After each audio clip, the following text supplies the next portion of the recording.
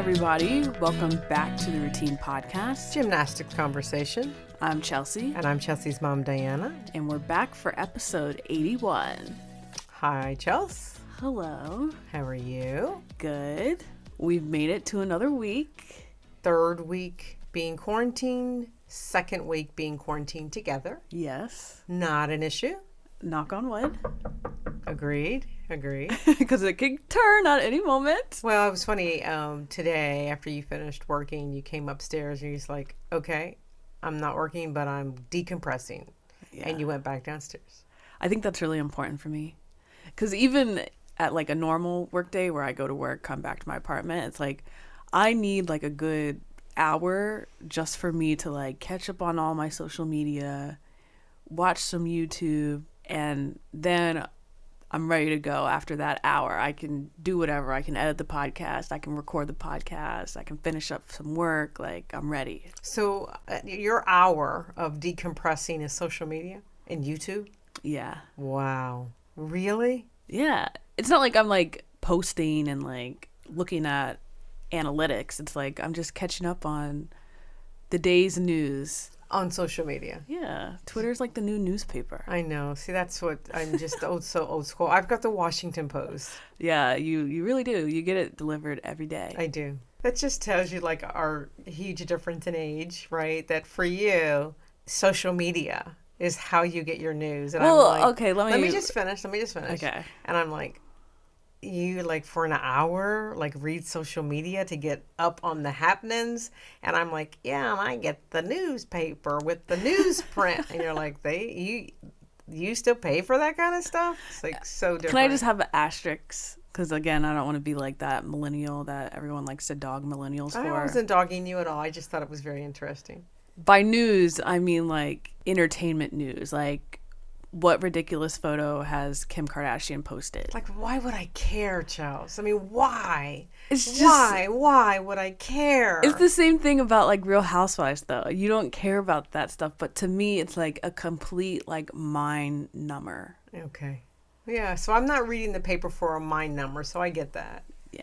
I get that. I just think for me, if I've got like a little bit of time in my day or evening, the last thing I want to do is get somebody else's mindless thought in there.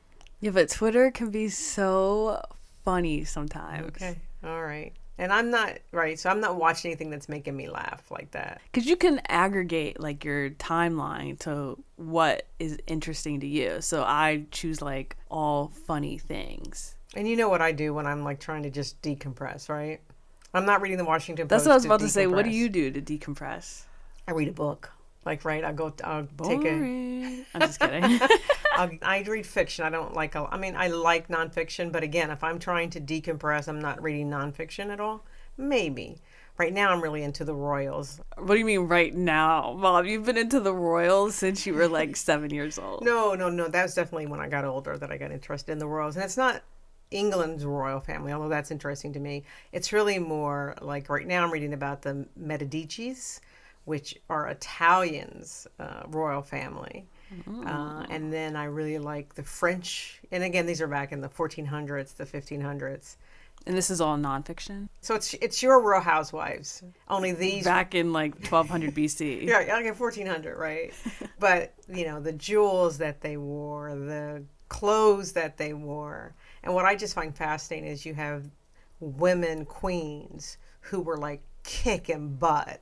Duh. And this is in the 1400s. Women rule the world all the time. Yeah, so that's what I love. So even like when, like again, you read about Queen Elizabeth, reading about Queen Elizabeth's family is what's really fascinating, and just kind of the heritage. So I guess that's my Twitter, only it's a book. See, I think that's another difference between you and I. But I guess we kind of touched upon this when we were talking about Dirty Dancing, not to bring up Dirty Dancing again. I didn't bring it up. But I think the same goes for books. Like, I don't remember the last time I've read a fiction book. Oh, wow. I love big, thick fiction books that just take my mind to another place. And I really hate when they end. No. Not you. My mind doesn't go to that fake place because it's fake. Yeah. Right. Yeah. Well, it's not really considered fake. It's a story. Like a movie is a story. It's a play. It's an escape. It's art. So is the Real Housewives. It's It art. is art. I would agree with that. It's trash art. No, but it's Nene's art. punchlines are art. That is true. So you would say that our second week of quarantine was a good one? I do. I think so. I think we've mastered, and I'm putting that in air quotes, the food situation. Knock on wood. It could turn at any moment. Yeah, well, right now we have. And I think now that we've figured that out, and I did make one more batch of peanut butter cookies, I do have to say. And she keeps talking about making another one. I do want to make another one, but Chelsea tells me I can't, which is, she's probably right. So I've got 1 egg and 1 stick of butter, which peanut butter cookies will make. I can't do another batch of peanut butter. Well, and I'm okay with that. You don't have to eat any. But you can't eat them all. I shouldn't eat them all. I can eat them all. No, you should not in a pandemic. We need to stay healthy. Yeah, I've passed that point. I think that was at the second batch that I passed that point. But you did say the other night that peanut butter cookies is like your way to just like chill. It really is. Let's just do the junk food on the weekends. No, I can't promise you that, Tracy, nor do I need to promise you that. I can eat junk food when I want to eat junk food. You can. I am surviving the quarantine. Give me a break. All right, all right. Okay. There you have it, folks. There you have it. I can't tell Mom what to do, but That's I right. already knew that. So, so how about we read some of our listener comments? I think it's a great idea.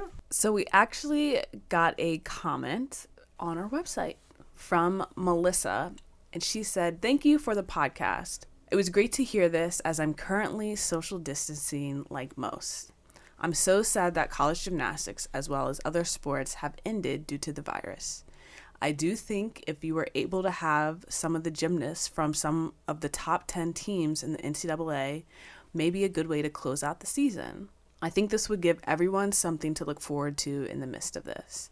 Again, appreciate you continuing to record as I look forward to your podcast. Wishing you health through this." Thank you, Melissa. That was a very kind comment from Melissa. You know, the other thing that happened this week that was really good news, which you told me and I was very happy about, we got some additional members this week too during the quarantine. We did. A really big thank you. Yeah, thank you all for supporting us. It really means a lot. We got a tweet, Chelsea, from Pica Bluebird, who says, "I loved the whole episode, but my favorite part was hearing the normal non-gymnastics banter between you guys in the beginning. Please keep including stuff like this. It made me laugh, and the mom-daughter dynamic is relatable." I wonder if that means that she's got a mom-daughter dynamic happening in her life. Yeah, I'm curious to know. When she says relatable. Have you been through this before? But yeah, sometimes when I'm editing, I'm just like, because Mom and I we can go on and on. I think we did that today, actually, about the peanut butter cookies. I know. And we just don't even know what we're talking about. And then next thing you know, like we're 20 minutes into the podcast and we haven't talked about gymnastics. Yeah, and I do think that because we're so different. Yeah. Chelsea's a lot like her dad. Would you agree? I'm not like you, so I gotta be like my dad. Okay. That's so true. But that's what makes it fun. And then we also got a comment from Blake, and he said, "Did someone make a list of all the NCAA seniors? Could I get that list for a friend?" And we have not made a seniors list. But we got a seniors list from Road to Nationals. Check that out and see if that's got the information that you need. But that's where we got our list from. So, Mom, I know this is your favorite segment of the show, but we have News some. you can use. We have some updates. Go ahead, Chelsea. Say it. Everybody loves it when you say it. Are you making fun of me, Mom? Not at all. Go ahead. Say it, though. News you can use. Ba-bom. So, I mean, not to like completely just bring down the mood, but the NCAA officially denied winter athletes another season. Yeah, I've got actually the news release here on my computer, and it says winter sports were not included in the decision as council members declined to extend eligibility for student athletes in sports where all or most of their regular seasons were completed. Bah. I know. which like I kind of knew beforehand. I did not. I really thought they'd make the right decision. But seeing it in writing makes it a lot more real. So like we really will not see Kyla Ross again. We really will not see Maggie Nichols again. And so many other talented senior athletes, we just will not see them again, which is crazy to me. Yeah. I had said this on previous episodes. I really thought they didn't have a choice but to allow them to You think compete again. ethically, right? You would think. But it's the NCAA we're talking about. I know. Not that we want to bash the NCAA, but... And you know what? We don't know all the things that went into making the decision. We do know the impact of the decision. Mm-hmm. The other thing that they did, too, for those, spring sports, they also said that the amount of scholarship money or aid given to those getting extra time is up to the schools and can be decreased or cut altogether. I saw that, too.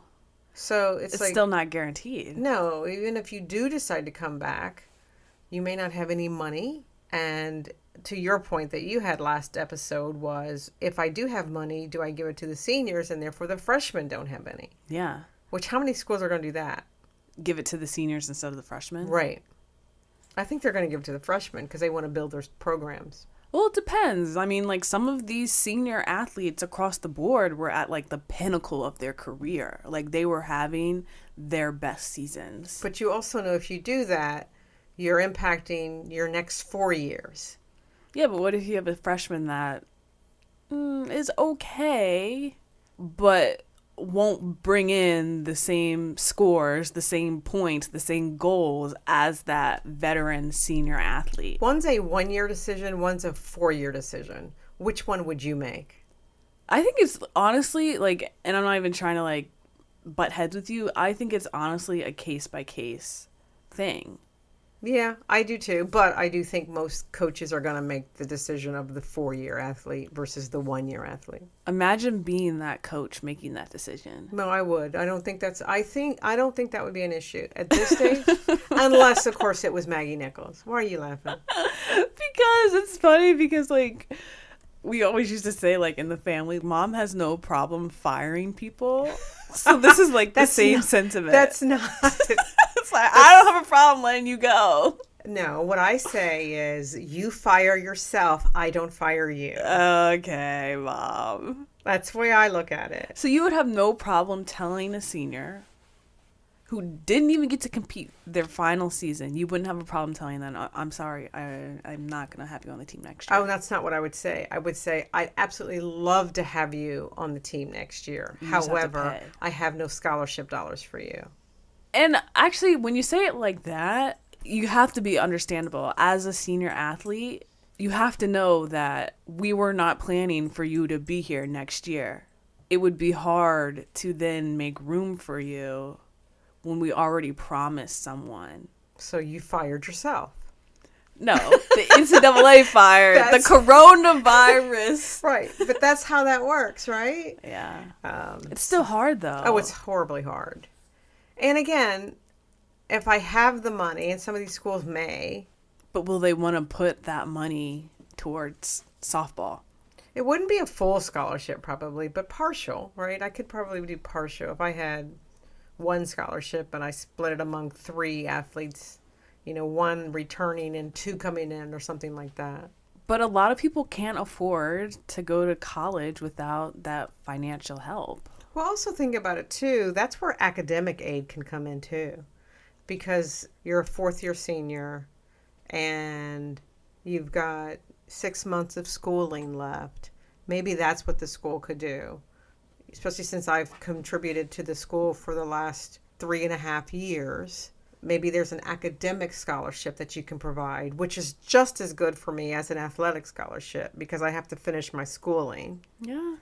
So there's ways that, big schools like UCLA, they'll figure out how to help those athletes come back for that last year, I think. I don't think it'll be an issue. And they won't jeopardize their freshman class. Yeah, I think so too. So good luck to those spring athletes, and I hope you have amazing endings to your career. Agreed. And that's the good news of this story, that these spring athletes get to come back. Another point, quick one.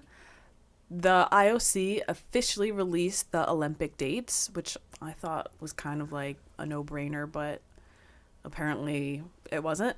So the new dates for the Olympics will be July 23rd through August 8th. Of 2021. Yeah. And going along with the Olympics, I haven't told you this yet, Mom, because this is like fresh off the press. Do you remember Chelsea Memel? I don't. Oh, Mom, really? I don't. I'm sorry. I don't. You don't remember? I don't. I'm going to ask you again. You really don't remember? No, I'm just kidding. But Chelsea Memel competed in the 2008 Olympics with Alicia Sacramone, Shawn Johnson, Nastia Liukin. So she was that era. Okay. Sam Pejic, Bridget Sloan. Okay. And she was a bar specialist at the Olympics because I think she was actually hurt. She had a pretty bad ankle injury. But now she, I believe, is 31 years old. She's had a child, if not two. And for the past year, she's been posting on Twitter different skills that she's been playing around with. This is on bars. Everywhere. Okay. Like different conditioning challenges that she's been doing. And the Gymternet has really been watching her and saying you're doing all of these skills that are Olympic level. Why aren't you actually training? She never really addressed it or anything because she was just having fun. Her dad actually owns a gym and was her coach. Recently on Twitter, she posted a video of her doing a round off double pike off beam, and it's fantastic. You would never know that she competed in 2008. Wow. And she said, "The seed has been planted. Thanks to you all for continually telling me that I should train and reminding me I now have another year. Now my family is even saying, why not train and see what happens? I thought by saying I needed to see how a dismount went, it would be a deterrent. Well, that backfired, as this was only my fourth attempt at a double on the first day trying them in 8 years. I will continue to play and see what happens. Obviously, it needs some form work, but I'm cutting myself some slack." Was it good, Chels? It was so good, and everyone is just so excited for her. Wow. Okay, I'm watching it now. Whoa. So good, right? Right? Yeah. So, again, she's not saying she's officially on the comeback train, but she's saying why not? I'm doing all of these skills and I'm flourishing at them, so let's just have fun with it. Good for her. I know. Maybe Nastia come back. Bridget, the whole gang. Or Alicia. Alicia, 'cause she's one of your favorites. Yeah, I don't know, but I'm excited to see where that goes. And it's just so cool to see these gymnasts now taking their careers in their own hands. Another example is Gloria Hernandez. She's taking training at her own pace. She's not putting pressure on herself, and she's just having fun with it. And now that the Olympics is postponed, which again, we've had this discussion many times, it gives all of these athletes more time to train. And for some athletes, it's a good thing. And for some, it's I was barely making it to July 2020. That's right. So. That's right. And did the IOC answer whether or not it just became an extra year window? They have not. Which probably means that is the answer, that it is how it is. Yeah, if you're ready and you win all your trials, then you're in. You're saying that it is open to everyone because they're not addressing it. Exactly. It is what it is. If you win the trials, you're going. Yeah. Mom is in favor of... Tell me what I'm in favor of, because I can't remember what I'm in favor of. No, I think you switched, because Mom and I actually really had a heated discussion on this last week. She believes that it should not be open to everyone. Right. She thinks that the Olympics should just be the people who were eligible for 2020. Right. I haven't decided, but I think there's positives and negatives Clearly. on both sides. But I think Devora wrote something about this too. She did. Devora, in her newsletter last week, wrote a really good article, and she brought up a lot of good points. So if you all have the chance to read that, I highly recommend it. But I don't know. I don't know what the IOC will decide.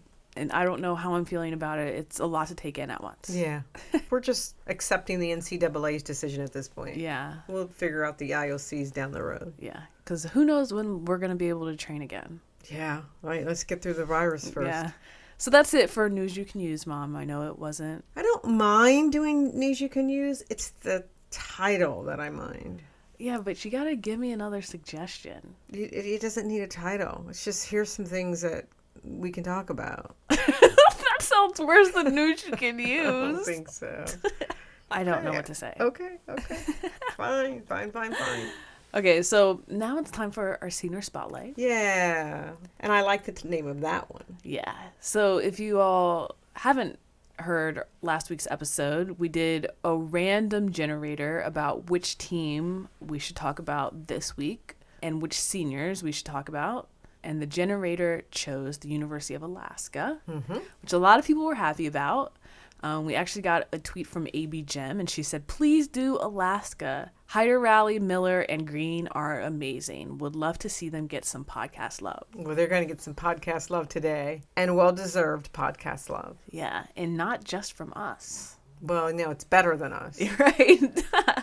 We actually got Rebecca back. Yay, Rebecca from College Gym News. Yes. When we talked to Rebecca earlier in the season, and she obviously shared with us a lot of information about the various teams, she specifically talked about the University of Alaska and how she was excited by that team. So when Chelsea's generator dialed up the University of Alaska, the first person we thought of was to give Rebecca a shout out. So we are excited that we are joined with Rebecca from College Gym News. She's back. Hi, Rebecca. Hello. Good to hear from you. How are you? I am doing as well as anybody is right now. I know. Well, it's funny because Chelsea and I have spent most of this podcast talking about the pandemic and self-quarantining. And she's at my house self-quarantining. And so far, so good for us. I'm sure that's a good opportunity for you guys to create a lot of content. You know, it's so funny you said that because we said last night we really need to take this time that we have together to really start thinking about all the future things we want to add to the podcast. Because normally we're trying to do it over the phone or we're trying to do it in the 5 minutes we're with each other. But now it's like all day, every day we're with each other. So we should like do something. Yeah, it's a good opportunity. I know at College Gym News, we really took a couple of weeks of quiet time to process everything that happened, but we're definitely starting to think about next season, about the different ways that we can build up to next season and the ways that we're going to be talking about the transition to a new season having, you know, the precedent of this one ending so strangely. Yeah, it's so funny you said that because we had to do the same thing. We just had to just not talk about it and not think about it. We just had to sink into this, I think is probably the right way. We had to kind of sink into the information and not do anything about it. I think the less emotional pressure that everybody can put on themselves right now, the better. Yeah, I agree. So what do you think about the NCAA's decision to kind of end everything the way it ended and not have any redos? It's really difficult, but I'm glad that it happened in a decisive way and that it wasn't trailing out over weeks and months. I think that would have been really hard. And we heard recently that winter sport athletes will not get an extra year of eligibility. It's really challenging, but I was just thinking about how much chaos it would unleash on next season. Yeah, the logistics of that. Yeah, the scholarship wrangling, the people who would be unexpectedly pulled off of scholarship to make space for seniors who couldn't, take a fifth year as a walk-on. Obviously, I believe that freshmen who have signed an NLI already are locked in. They can't be pulled. So it would be like the current freshmen and sophomores would be in danger next year. Yeah. And it just changes everything about the way that everybody's planning for next season. So I understand the decision. It's difficult, but I think in the end it's the right one. Yeah. It's kind of like you have to just rip off the Band-Aid and recover. Yes. Part of the reason we have you on the show today is that we wanted to talk to you about this new part of the podcast that Chelsea has aptly named. What's it called, Chelsea? Senior Spotlight. Senior Spotlight. Nice. Isn't that nice? It's better than the other thing that she always talks about. News you can use. This one was better. She's getting better at it. But she's also got this generator machine, as she calls it, that does this random generation of schools that we are going to take the time to spotlight the seniors in light of the fact that they didn't get the chance to end the season the way any of them wanted to. And the first school that came up in her generator machine was the University of Alaska. Oh, nice. I know, right? Right. And as soon as that happened, we both got tickled and we said, Rebecca! Because we remember you talking about the University of Alaska very early on before season started. So we're going to talk about the seniors, but just to give context to our listeners, can you talk a little bit about the school, the gymnasts, and what folks who aren't as familiar with the gymnasts at the school, what they should know about the University of Alaska's gymnastics program? Yeah. So Alaska is a really interesting team. Obviously, there are a lot of things that make it different in that it's so geographically far away from the rest of the NCAA. But Alaska had a specifically crazy year this year because last summer, the program almost got cut. There was a decision in the state government of Alaska to really drastically reduce funding to the entire university, and it looked very much for a while like all or almost all of UAA's sports would have to be wiped out. The gymnastics team got really, really lucky to survive that at all. So this is a special season, and then it felt like a gift. And we do at this point know for sure that Alaska will be back in 2021. Oh, good, because based on everything that's going on financially, will it survive another year? I've seen some people speculating that a lot of small universities are going to struggle financially, right, in the context of the virus, which is a really hard thing to swallow. But as far as we know, we will see the Seawolves again next year. I really, really hope so. Good. So how was this team doing before, of course, the season came to an abrupt end? How was the team doing? There were some injuries this season that they were dealing with, but it's difficult timing because it really felt like they were starting to get into their groove when the season ended. Sophia Hyderali, who's one of the seniors, was very, very likely to make regionals for the second time on beam. And so the team was doing really well. I mean, what I'm struggling with, to be honest with you, and we're obviously going to talk about the seniors, but it's hard to even talk about the team now and the abrupt ending. For me, it is. I don't know. How about you, Chelsea? Yeah, it's hard to know what could have been and never getting that final answer. Yeah. Yeah. We're used to building narratives about teams in a certain way, and not having an ending point makes it really hard to really understand how the whole situation was. It really does. And so even though it's been about 3 weeks now, we're still wrestling with it, I think. Okay, but back to the senior spotlight. Senior spotlight. Okay. Alaska has 6 seniors. This is a class that really has grown with the team over the last few years. And last year, which is really the record-setting season where they broke almost everything in the book, that class, which was then juniors, was really a key part of that. So replacing those routines will be really hard. Luckily, there's a chance that 2 of them will be coming back for 5th years next year, I think. I don't know for sure. Okay. They're kind of flirting with it on Instagram right now. So I really hope, I think Terry Alonso and Lou Marie Knopp are eligible for 5th years, and I think they will likely take them. I know Terry Alonso missed her entire sophomore season, and Knopp was out for 2 full years. Oh, wow. Yeah, she's the one we've talked about who has the ridiculous knee injury saga. Yeah, Right. I do remember that. I'm going to want to talk about the season that she had because it was magnificent. Well, let's go ahead and talk about it. I mean, it's just a senior spotlight, so let's talk about her year. Yeah, essentially her situation is that she has one knee with no ligaments in it. Wow. And I said that last time. It turned out that at that point, she actually had just a little bit of her meniscus left. No ACL, no PCL, but a tiny bit of meniscus. Unfortunately, in late December of 2019, she lost that last tiny bit of meniscus as well. Oh my god. So she had a quick cleanup surgery, and within, I think, 5 or 6 weeks, she was back competing. No way. She had only competed bars in college, and that was really the objective. She is a great bar gymnast. But this year, she was able to compete most weeks, not only bars, but also vault and beam. With her knee like that? Really? It was amazing. So She got a career high on bars this year. She topped out at a 9.85 on bars. Yeah, I know that there is a lot of pain involved with her every day being able to train. Of course, there are consequences on, wear and tear on other joints trying to Compensate. take care of that knee. Yeah. Yeah. But this is the best she's been in a long time. And I think that she could do big things in a fifth year. Okay, perfect. All right, so what other seniors? I know there's a Kennedy Green. She, again, has some injury limitations, but she did vault and floor for most of this year, and she had the most fun floor routine. I think a Super Mario floor routine. And it was just the quirkiest, funniest thing. It's so fun to see a gymnast doing a floor routine that you can tell really makes them happy. Yeah. And then who else do we have in the seniors? Sophia, I know that she is definitely a fan favorite. This is a really challenging way to end for her. It seems from her social media that it's been a really emotional time for her. Some people, the way they talk about it is like, this is tough, but I'm kind of ready to go. Right. I don't think that she was ready. So it's a really challenging thing. Again, she was very much in line to go to regionals on beam this year. She's been in and out of floor. I think that maybe a knee has been hurting her, but bars and beam have been very, very good.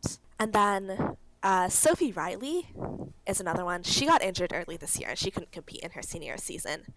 But she has had an interesting time because one of the things that's happened in and around these budget cuts is that the University of Alaska at Anchorage has stopped offering her major. She's an education student. She's going to be a teacher. I'm sure she'll be fantastic. The education department lost its accreditation. So she has been doing some remote and I think some commuting up to finish her degree at Fairbanks at the other campus. Wow. So that's quite a year, but she's still made it down. She's on the floor most of the meets. And I bet she has the most positive attitude, right? To be able to go through everything she's gone through, I bet she's probably one of the most positive people. Yes, she really does just seem like such a kind and sunshiny person. Right? And then Terry Alonso, she competes all 4 events at different times. She had a really amazing season. She's been in and out of a lot of lineups during her career, often kind of subbing in where people are injured, but she got career highs on 3 of her 4 events this year, which is really super cool. And I know that she changed her beam composition in the middle of the year this year. Oh, wow. Adding a new series because she was a little inconsistent there. So it's always fun to see, these strategic changes. Wow. I'm pretty sure that she's going to be back next year. And then the 6th one is Mackenzie Miller, who has been a rock star on bars her whole career, has some of the program's best bar scores. Had a emotionally difficult season this year because she had a loss in her family just before the season. Oh, wow. But she came back and did an amazing job this season. I'm sure, hearing the news that her career will be over soon is just the last thing she needs. I think what this interview has helped us, and I'm so glad we're doing it, because I think it helps our listeners understand all the dimensions that are involved in the decision that was made to end winter sports. And, there's these different levels. There's the level of, there's a pandemic, so we want to protect everybody. There's the level of a university making a decision about all of the students at a university, to the sport itself, the gymnast, to the individuals and their fans. And so I just think that's one of the aspects that I think your interview has helped us all see, that there's this school in Alaska with these gymnasts who were having an amazing season, and just the impact that has had on the school, the gymnast, and the fans. Yeah, there are so many personal sides to this, and it's really a different and unique journey, I think, for everybody going through it. Mm-hmm. I do too, and I do think it's testament to Chelsea to have this idea of celebrating the seniors, and I think that with your information and in-depth knowledge, it really helps us do that justice. So Rebecca, this has been a great interview. Can we tap you again when Chelsea does her generator machine and comes up with another school that you can help us learn more about? Absolutely. Sounds great. All right. Thank you so much for joining us, Rebecca. Thank you. I am always happy to come and talk to you guys. Thank you so much.